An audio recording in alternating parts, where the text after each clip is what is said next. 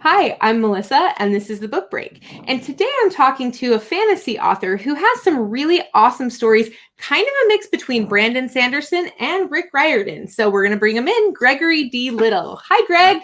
Hi, Melissa. Thanks for having me. Yeah, I hope it's okay if I call you Greg, even though I know your author name is Gregory D. Little. Everyone calls me Greg. It's all good. Okay, awesome. So I just finished reading the first three books in your series, Unwilling Souls. And so for those that aren't super familiar with it, it stars a girl named Seth, and she's about 16 years old, right? That's right.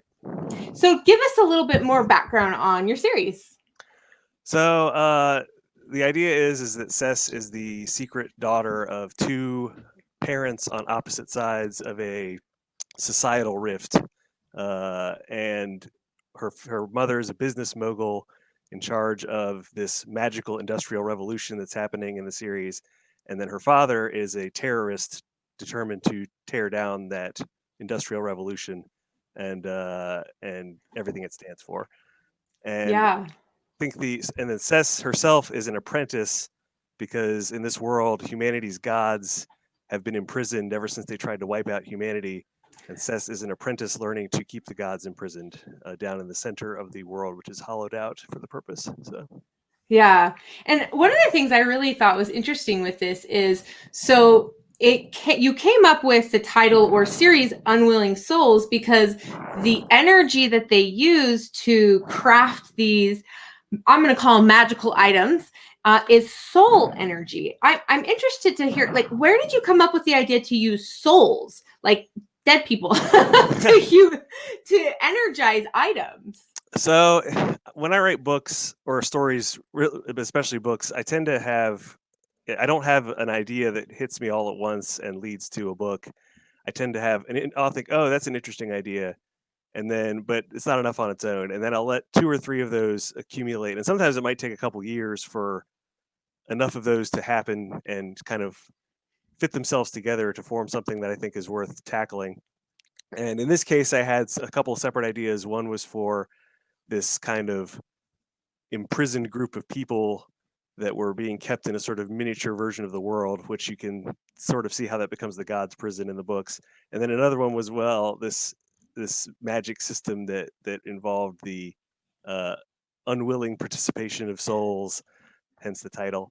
And then that kind of rolled together into a really bad short story that I wrote some years ago, where I thought the story itself was terrible, but I loved the concept so much that I kept it, recycled the setting, and then I added in the whole premise of having the cities on the surface of the world being carved into the bones of these ancient beasts that destroyed the previous cities, and that's Oh, just kind of yeah. how it came together. Yeah, we actually have a map of the land of Calaveria. I hope I'm saying that correctly. And Yes. this was really interesting because I had never seen a concept quite like this before, where these different places are made from gigantic beasts, like the a big spider and a big crocodile, and I mean that was really cool.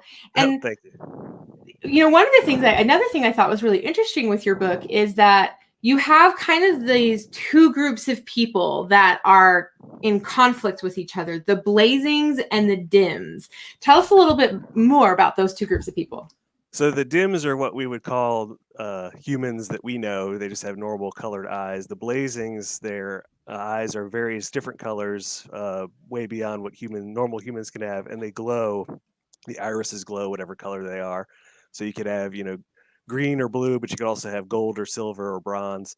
And the story behind the blazings is that they are um, the and the descendants of the human beings that supported the gods when the gods tried to enslave and wipe out humankind. So a portion of the humans joined with the gods in this ancient war, and their descendants now bear eyes. These glowing eyes are the proof that their ancestors were the supporters of the gods. And so the idea being that you can look at anybody and say, oh well, your ancestors were not on my side, you were on the other side, or regardless of which side you were on. So it creates this permanent rift and strife between various segments of society, and the two different sides of society have been on top and oppressing the others at various times. And currently, the Blazings are kind of on top and oppressing the Dims because they've developed this new fangled version of the soul energy technology that's allowing them to industrialize and develop a lot more rapidly and cheaply. Yeah.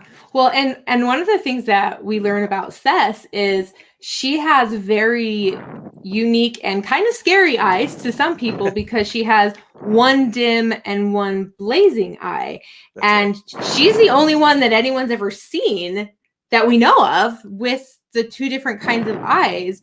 And she has a kind of creation that she can put in to either make them both dim or both blazing. That's right. And now she was raised by her grandfather, right? Correct. Yeah. Yes. Both her parents, because they're on opposite sides of this conflict, have basically pretend she doesn't exist. They were lovers at one point, and they ended up having Cess, but then they ended up on opposite sides of this divide, and they can't acknowledge she exists for their own, because their own sort of power base would crumble if that was the case. So her maternal grandfather is the one who's raised her, and the story behind her parents, actually, I do have a short story which details some of that, which you can get if you go to my website and sign up for my mailing list. That story is available for free. So. Awesome. And I think one of the things I want to make sure that our viewers know is, so there are 3 books out in this series right now, but coming in 2021, we'll have the 4th and final in this series. So now is a really good time for them to get into it, and then they'll be ready when your 4th book comes out. Yes, this won't be one of those series that drags out forever and never concludes. I started it with 4 books in mind. I had an end point for each of the books in mind, so it's always been 4. I always have to warn people, because people hear fantasy series and they assume a trilogy, especially with the 3rd book out. I've had a bunch of people who I think dive in thinking they're going to get the whole series, and it turns out there's one more. But there is just one more. I'm hard at work on it now, and I have the ending. I have a draft of the ending already written. I'm working towards that. So it'll be 4 and done, and you'll be able to get the whole series all at once if you choose. So awesome. Although I would recommend start it now, because it's a really good series, and it gives you a chance to read it so that you're ready when the 4th book comes out. And where is your book available for people to buy right now? You can get it anywhere ebooks are sold. Amazon, Kobo, Barnes and Noble, Apple, any place wherever your ebook of choice is. And if you want a hard copy, you can get that from Amazon as well. So.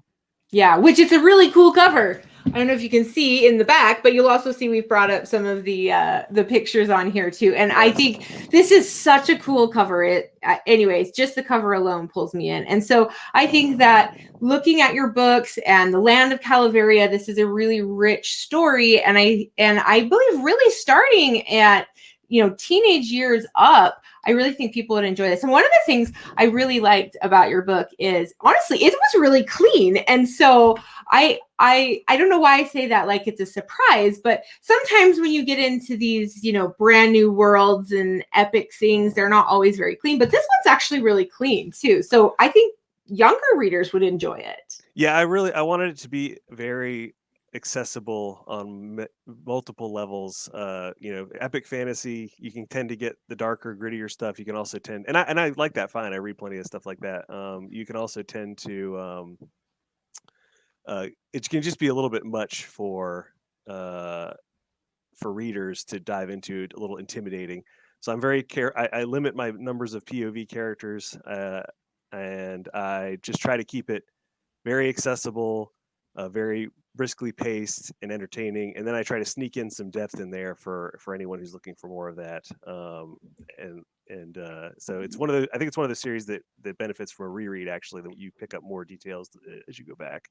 Oh yeah, almost always there's something that isn't as it seems in my stories. So Yes, I did notice that, but I won't tell our viewers the spoilers because thank you. I don't want to ruin it. But yeah, so I thank you so much for being here with us. I really am looking forward to the 4th book in the series, and they can go to your website, like you mentioned, or follow you on social media. So thank you so much for being here with us, Greg. Thanks, Melissa. It's been great fun.